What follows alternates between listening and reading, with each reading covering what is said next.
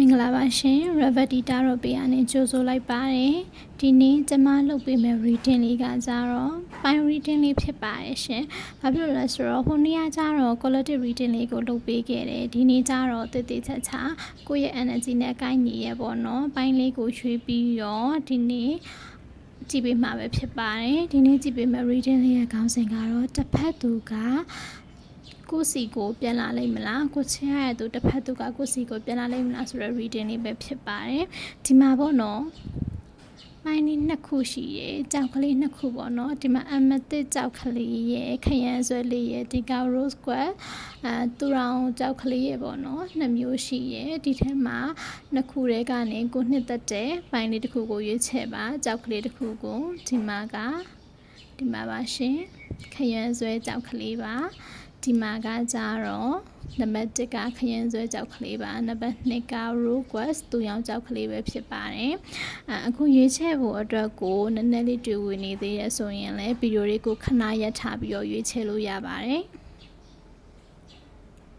ရွေးချယ်တဲ့နေရာမှာကိုပေါ့နော်ကိုမျောလင့်နေတဲ့သူရဲ့ပုံရိပ်ကလေးကိုမြင်အောင်ပြီးတော့ရွေးချယ်ပေးပါနော်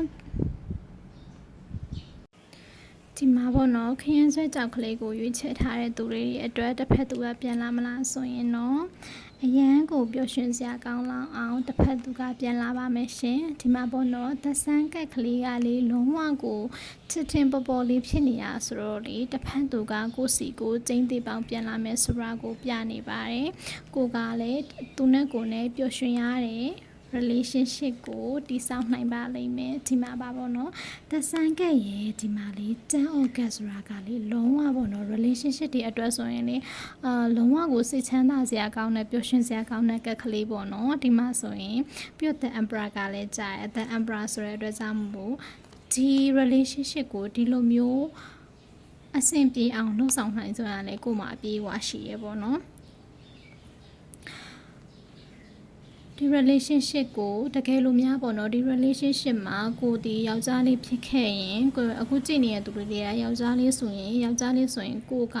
သူ့ကိုသွားပြီးဆက်သွယ်ပြီးတော့ပြန်တွဲဖို့ပြန်အဆင်ပြေဖို့ကိုသွားပြီးတော့ပြောလို့လည်းရတယ်လို့ main ကလေးဆိုရင်လည်းကိုရီနှစ်ယောက်ကပေါ့နော်အဆက်အသွယ်လေးရှိသေးရဲ့ဆိုရင်လည်းကိုကသွားပြီးတော့လည်းသူ့ကိုဆက်သွယ်လို့ရတယ်ပေါ့နော်ဒီမှာကလုံးဝပြန်အဆင်ပြေမယ်ဆိုတာပြနေတော့လေတကယ်လို့ကိုကဒီလိုမျိုးသူနဲ့ကိုနဲ့ကအဆက်အသွယ်ပြတ်နေရင်သူဆက်သွယ်တာကိုစောင့်မယ်ဆိုရင်လည်း okay ရပါတယ်စောင့်ပါသူကတော့ပြန်လာမှာပါပြန်လာပြီးတော့တာယာပျော်ရွှင်တဲ့ relationship ကလေးကိုတည်ဆောက်နိုင်နိုင်မယ်လို့တွေ့ရပါတယ်ဒါကတော့ပိုင်းဝန်းလေးတွေအတွက်ပဲဖြစ်ပါတယ်အခုဆက်ပြီးတော့တူရောင်ကြောက်ကလေးကိုပေါ့နော်ရွေးချယ်ထားတဲ့သူလေး rose quartz ကြောက်ကလေးကိုရွေးချယ်ထားတဲ့သူလေးတွေအတွက် reading လေးကိုစတင်မှာပဲဖြစ်ပါတယ်အခုအဲ့ဒါဆိုရင်ထုံးစံအတိုင်းကိုပေါ့နော်ကိုသိကျင်တဲ့သူကိုရည်မှန်းထားတဲ့သူကိုအာရုံပြုပြီးတော့မိကုန်းလေးမေးနေပါဒီတူရောင်ကြောက်ကလေးကိုရွေးချယ်ထားတဲ့သူလေးတွေရဲ့တစ်ဖက်သူတည်သူတို့စီကိုပြန်လာဖို့ရှိသလားတစ်ဖက်သူကိုသဘောကျနှစ်သက်ရတဲ့သူတည်ကိုစီကိုပြန်လာဖို့ရှိသလားသူတော်ကြောက်ကလေးကိုရွေးချယ်ထားတဲ့သူတွေရဲ့တစ်ဖက်လူတီသူတော်ကြောက်ကလေးရွေးချယ်ထားတဲ့သူတွေရဲ့တစ်ဖက်သူတီပြန်လာဖို့ရှိသလားဆိုတာလေးကိုတစ်ချက်ကြည့်ပါမယ်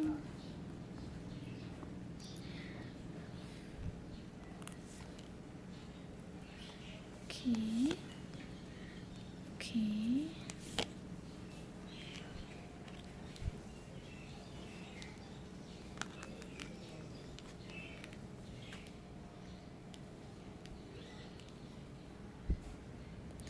ဒီမှာပိုင်းတူးလေးတွေမှာကြားတဲ့ကလေးတွေအရာဆိုရင်လေဒီမှာကြည့်ပေါ့နော်တဝကက်ဆိုတော့လေလုံးဝဒီအစင်ဒီတစ်ခေါက်ပြန်လာပြီးသွားရင်ဘယ်တော့မှပြန်မထွက်သွားတော့ပဲနဲ့အစင်ပြေမယ်ဆိုတဲ့ relationship connection လေးကိုပြနေတာကိုတွေ့ရတယ်ဒီနေ့အတွက်ကကြတော့လေပိုင်းဝန်းကောပိုင်းတူကောနှစ်ခုစလုံးကလေပြန်လာမယ်ဆိုတာကြီးပဲပြနေရဆိုတော့ဝမ်းသာစရာပေါ့နော်ဒီမှာချက်ပြီးတော့ကြည့်မယ်ဆိုရင်လေတစ်ဖက်သူနဲ့ကိုယ်နဲ့ကြာမှာ on and off relationship ကိုကြုံရတာလို့ဖြစ်မဲ့ထင်တယ် on and off connection ရှိနေမှာဘာဖြစ်လဲဆိုတော့လေသူနဲ့ကိုနေခဏပေါ့နော်အဆက်အသွယ်ပြတ်တာမျိုးပေါ့နော်သူကအခုကိုစီကိုပြန်လာလိုက်ပြီးရင်ဘာမှမသိရဲ့အခြေအနေနဲ့သူကပြန်ထွက်သွားလိုက်ဒီလိုအခြေအနေမျိုးကိုကြုံရတဲ့သူလေးတွေဖြစ်နိုင်တယ်ပေါ့နော်တစ်ဖက်လူကဒီလိုလူမျိုးဖြစ်နိုင်တယ်ဒါဆိုရင်ပေါ့နော် ဒီမှာကြည့်ရအော်ဒီမှာကြည့်ရတဲ့အရာဆိုရင်လည်းပေါ့နော်တစ်ဖက်သူကဒီတစ်ခါကြတော့လေကိုယ့်စီကိုပြန်လာဖို့အတွက်ကို तू ကလေကြောက်နေရကိုတွေ့ရတယ်ကြောက်နေရဆိုတာကဥမာဖြစ်သူနဲ့ကိုယ်နဲ့တစ်ချိန်ကအဆင်မပြေခဲ့တဲ့အရာတွေကိုတွေးပြီးတော့ဒီတစ်ခါငါပြန်သွားရင်ရောသူနဲ့ငါနဲ့ကြားမှာဒီလိုအဆင်မပြေတဲ့အရာတွေပဲထပ်ဖြစ်အောင်မှာလားဆိုပြီးတော့ပေါ့နော် तू စိုးရိမ်နေရမျိုးတွေ့ရတယ်ဒီလိုဆိုတော့ပေါ့နော်ပြန်လာတာကတော့ပြန်လာမယ်ပြန်လဲအဆက်သွယ်ရမယ်ဒီတစ်ခါပြန်လာမယ်ဆိုရင်တော့ပေါ့နော်ထပ်ပြီးတော့ထွက်မသွားတော့တော့ပဲနဲ့ရေရှည်သူနဲ့ကိုယ်နဲ့အဆင်ပြေမဲ့ relationship တခုတော့ရလိမ့်မယ်ပေါ့နော်တခုရှိတာကနှစ်ယောက်ကြားက trauma တွေကိုတော့ပေါ့နော်နှစ်ယောက်ကြားမှာရှိရဲ့ trauma ရဲ့စိုးရိမ်ပူပန်မှုတွေကိုတော့အရင်ဦးဆုံးအဆက်အသွယ်ပြင်ရတဲ့အခါကျရင်အဲ့ဒါလေးတွေကိုဦးစားပေးပြီးတော့ပြောက်ဖို့ပေါ့နော်အရင်ဦးဆုံးဦးစားပေးရမယ်ပေါ့နော်ဒီမှာကြည့်ရတဲ့အရာဆိုရင်တော့လေတစ်ဖက်သူကပြန်လာမယ်ပြန်လာပြီးတော့သူနဲ့ကိုယ်နဲ့ relationship ကရရှိသွားလို့ရမယ့် relationship ကလေးဖြစ်သွားလိမ့်မယ်ဆိုတာမျိုးကိုတွေ့ရပါတယ်ဒါပေမဲ့အကုန်လုံးပေါ့နော်ဒီမှာ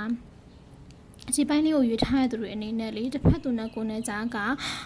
အဆင်ပြေပြီးဆိုရင်နှစ်ယောက်ကြားကအခြေအနေတွေကိုတည်တည်ချာချာလေးစကားပြောနားလည်သဘောပေါက်အောင်လုပ်ပြီးတော့ပေါ့နော် relationship ကလေးကိုဆက်သွားဖို့တော့အကြံပြုပေးချင်ပါတယ်ကျေးဇူးတင်ပါတယ်ရှင်